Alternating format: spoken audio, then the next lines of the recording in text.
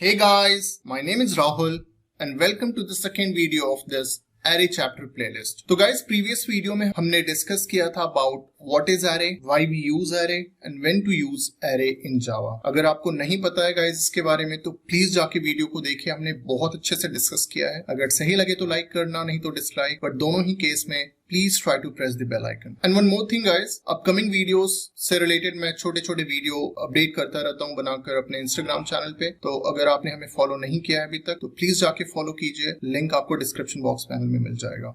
And previous video का भी link आपको डिस्क्रिप्शन बॉक्स पैनल में मिल जाएगा. So guys, in today's video we'll try to understand the declaration and initialization concept of array in Java. So guys, अगर आपने previous video देखा होगा तो मैं चीजें कंपेयर कर रहा हूँ वेरिएबल से. अगर आपने वेरिएबल ऑलरेडी पढ़ रखा है या फिर अगर आपने नहीं पढ़ा है तो प्लीज डिस्क्रिप्शन बॉक्स पैनल में जाइए, लिंक आपको मिल जाएगा. अगर आपको वेरिएबल का कॉन्सेप्ट पता है तो it would be very easy for you to understand the array concept. कैसे, चलिए हम ये समझते हैं. अगर आपको याद हो वेरिएबल का डिक्लेरेशन एंड इनिशियलाइजेशन हम कैसे करते हैं. डेटा टाइप वेरिएबल नेम, ये हो गया हमारा डिक्लेरेशन. इसका इनिशियलाइजेशन कैसे करते हैं. Variable name equals to value. तो इस एग्जांपल से समझते हैं. Int a and a equals to 5. तो हमने क्या किया है, पहले लाइन में इसका डिक्लेरेशन किया है सेपरेटली एंड सेकेंड लाइन में हमने क्या किया है, इसका इनिशियलाइजेशन किया है. तो इंट क्या है, हमारा डेटा टाइप है. ए हमारा क्या है यहाँ पे, वेरिएबल नेम. ये कुछ भी हो सकता है. नेमिंग कन्वेंशन अगर आपको नहीं पता है वेरिएबल का तो प्लीज जाके देखिए, लिंक आपको डिस्क्रिप्शन बॉक्स पैनल में मिल जाएगा. हमने फिर क्या किया, यहाँ पे असाइन किया है, इनिशियलाइज किया है कि ए का वैल्यू क्या है, 5. ये वैल्यू आप कुछ भी दे सकते हैं. इन सेम वे अगर दोनों को कंबाइन कर दें तो इंट a इक्वल्स टू 5 हम ऐसे भी लिख सकते हैं. This is what we call declaration and initialization of variable in one line. आप चाहें तो ऐसे डिक्लेयर या फिर इनिशियलाइज कर सकते हैं, या फिर आप चाहें तो ऐसे भी डिक्लेयर या इनिशियलाइज कर सकते हैं. इन सेम वे गाइस, अगर आप एरे का डिक्लेरेशन एंड इनिशियलाइजेशन समझते हो तो यहाँ पे क्या दिया है मैंने, data type. Instead of variable name हमने यहाँ पे क्या दिया है, एरे नेम. तो guys, array is a type of variable in Java, but यहाँ पे डिफरेंस क्या है कि यहाँ पे हम एक स्क्वायर ब्रैकेट का यूज करते हैं. This is what we call subscript operator in Java. Array के लिए सबस्क्रिप्ट ऑपरेटर बहुत जरूरी है. अगर आप नहीं दोगे तो डेफिनेटली ये एक नॉर्मल वेरिएबल बन जाएगा. नेक्स्ट लाइन में क्या है, यहाँ पे हमने किया है एलोकेटिंग मेमोरी टू एरे, या फिर आप इसको बोल सकते हैं इनिशियलाइजेशन ऑफ एरे. तो यहाँ पे हमने दिया है array name equals to new and then data type, same data type जो आप यहाँ पे यूज करोगे, एंड साइज. यहाँ पे हमने साइज डिफाइन किया अपने एरे का. अगर मैं इसका एग्जांपल दूं तो इंट ARR मेरा एरे नेम है. आप इसे चाहें तो ऐसे भी लिख सकते हैं, इंट स्क्वायर ब्रैकेट यहाँ पे दे दो ARR, आप ऐसे भी लिख सकते हैं. तो ये हो गया हमारा डिक्लेरेशन. इनिशियलाइजेशन की अगर हम बात करें तो ARR equals to new. Data type हमने क्या यूज किया था, इंट. तो यहाँ पे आप सेम डेटा टाइप यूज करोगे. जो आपने डेटा टाइप यहाँ पे दिया है सेम डेटा टाइप आपको यहाँ पे भी देना है. तो ये हमारा हो गया क्या, डिक्लेरेशन. आप या तो चाहें तो इसे ऐसे भी कर सकते हैं, सबस्क्रिप्ट ऑपरेटर को बाद में लिखें या फिर पहले लिख दें, both are same. Second line में हमने क्या दिया है यहाँ पे, एलोकेटिंग मेमोरी टू एरे. तो यहाँ पे हमने क्या किया है, ARR equals to new and size हमने डिफाइन कर दिया है 3, कि जो मैं एरे बना रहा हूं उसका साइज 3 होना चाहिए, उससे ज्यादा नहीं. इट मींस कि अप टू 3 तक ही वैल्यू स्टोर करेगा, उससे ज्यादा वो वैल्यू स्टोर नहीं करेगा. अगर गाइज मैं बताऊं न्यू ऑपरेटर का यूज, तो वैसे ये ऑब्जेक्ट का टॉपिक है जो हम आगे डेफिनेटली डिस्कस करेंगे. अभी के लिए आप ये समझो कि new is an operator which we use to create an object in Java. अगर आप ऑब्जेक्ट का क्रिएशन करते हो without new operator you will not be able to create an object in Java. And as we know guys,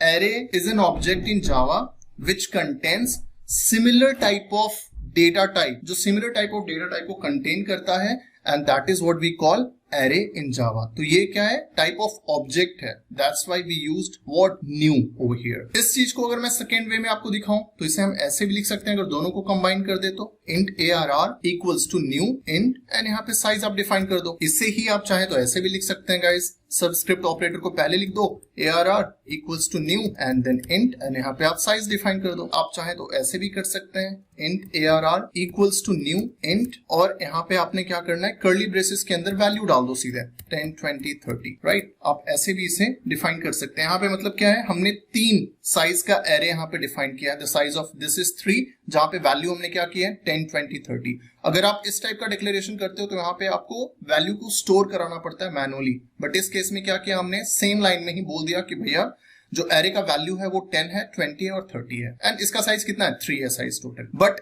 in latest Java directly ऐसे भी use कर सकते हैं, इंट ARR इक्वल्स टू सीधे कर्ली ब्रेसेस के अंदर आप वैल्यू डाल दो 10, 20। तो इसका अपना एक एडवांटेज है गाइस, अगर आपको साइज नहीं पता है तो उस केस में आप ये वाला यूज कर सकते हैं, बट अगर आपको साइज पता है तो फिर आप डायरेक्टली ये यूज कर सकते हैं, ये यूज करने की नीड नहीं है। और अभी जो लेटेस्ट है गाइस, हम एरे का यूज ऐसे ही करते हैं, we don't use this type of declaration and initialization. तो आप डायरेक्टली ये वाला यूज करके अपना काम कर सकते हैं इन जावा। तो हम रियल टाइम प्रोग्रामिंग जब समझेंगे, विल ट्राई टू अंडरस्टैंड कि कैसे ये काम करता है, will try to see each and everything guys. आपको टेंशन नहीं लेना, you just have to watch the video and just try to understand जो मैं आपको बता रहा हूं अभी। तो यहाँ पे गाइस साइज बहुत इंपॉर्टेंट है, और ये size could be in integer format और short format।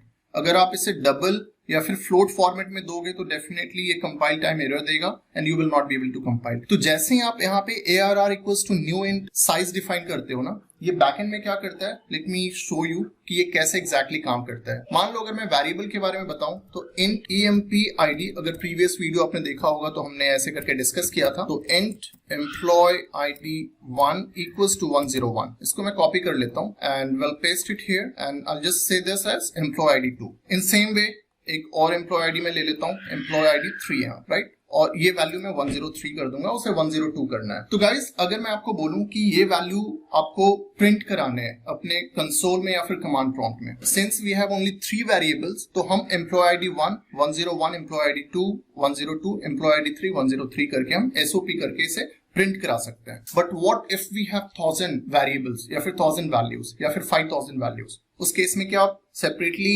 Declare and initialise करोगे इसे? क्योंकि एक बार जब आपने इंट यूज कर लिया ना, तो ये हमारे मेमोरी का 4 बाइट्स क्या करता है, ऑक्यूपाई कर लेता है। वैसे ही जब आपने ये वाला इंटीजर यहाँ पे यूज किया, 4 बाइट्स क्या करेगा, ये ऑक्यूपाई कर लेगा। फिर जैसे यहाँ पे आपने किया, ये 4 बाइट्स अगेन ऑक्यूपाई कर लेगा।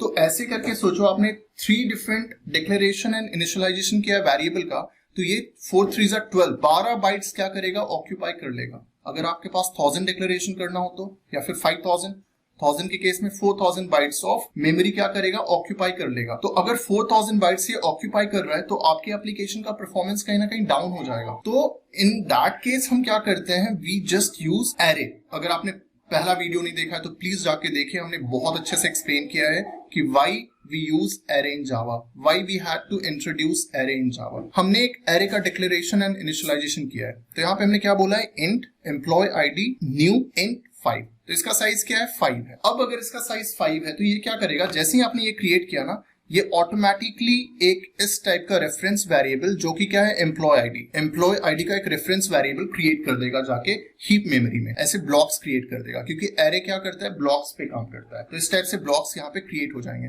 टोटल हमने कितने दिए यहाँ पे, 5। तो ये ऐसे करके 5 ब्लॉक्स क्रिएट कर देगा, 1 2 3 एंड 4 एंड 5। तो टोटल हमने किया कितने दिया है, 5। तो एरे जो है गाइस, वो हमेशा क्या होता है, ये इंडेक्सेस पे काम करता है। इंडेक्सेस मतलब जो पहला इसका होगा, वो कलर चेंज कर देता हूं, पहला जो होगा वो होगा 0, उसके बाद ये स्टार्ट होगा 1 देन 2 देन 3 देन 4।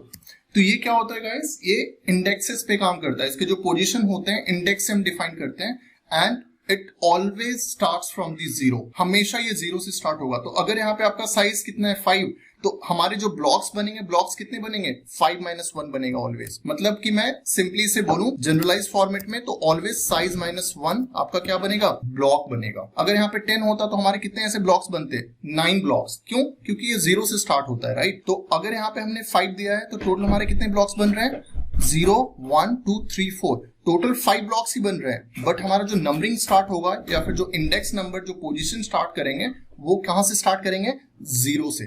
तो देखो 0 1 2 3 4, और यहाँ पे क्या होंगे, जो भी आपके वैल्यू होंगे वो स्टोर होने स्टार्ट हो जाएंगे। तो यहाँ पे स्टोर हम कैसे करते हैं वैल्यू को, अगर वैल्यू को स्टोर कराना है तो हम लिखेंगे empid, और यहाँ पे हम क्या देंगे, फॉर्मेट में यहाँ पे देंगे इंडेक्स नंबर। तो इंडेक्स नंबर हमारा क्या है, 0। तो पहले पोजीशन में मान लो मैं 101 स्टोर कराना चाहता हूँ, सेम चीज मैंने यहाँ पे लिख दिया। इसको मैं कॉपी कर लेता हूँ एंड इसे मैं पेस्ट कर दूंगा। यहाँ पे फिर क्या होगा, 1th पोजीशन पे फर्स्ट इंडेक्स पे मैं 102 वैल्यू को स्टोर कराना चाहता हूँ। सेकेंड पोजीशन पे 103 को मैं स्टोर कराना चाहता हूँ। थर्ड पोजीशन पे इसे 104 करना चाहता हूँ, एंड नेक्स्ट पोजीशन पे मैं क्या करना चाहता हूँ, फोर्थ वाले पे मैं 105 को स्टोर कराना चाहता हूँ। तो this is how we store the value in Java, right. आपने क्या किया, आपने यहाँ पे एक एरे का क्रिएशन किया। एरे क्रिएट करने के बाद ये बैकएंड में क्या करता है, हीप मेमोरी में इस टाइप से जाके एक रेफरेंस वेरिएबल क्रिएट करेगा, एंड उसके अंदर ये क्या करेगा, ब्लॉक्स ऐसे क्रिएट कर देगा जहां पे इंडेक्स नंबर स्टार्ट हो जाता है। तो ये जो 101 है गाइस, वो 101 हम यहाँ पे स्टोर कर रहे हैं। जो 102 है वो 102 हम यहाँ पे स्टोर कर रहे हैं। जो 103 है गाइस, वो 103 हम यहाँ पे स्टोर कर रहे हैं।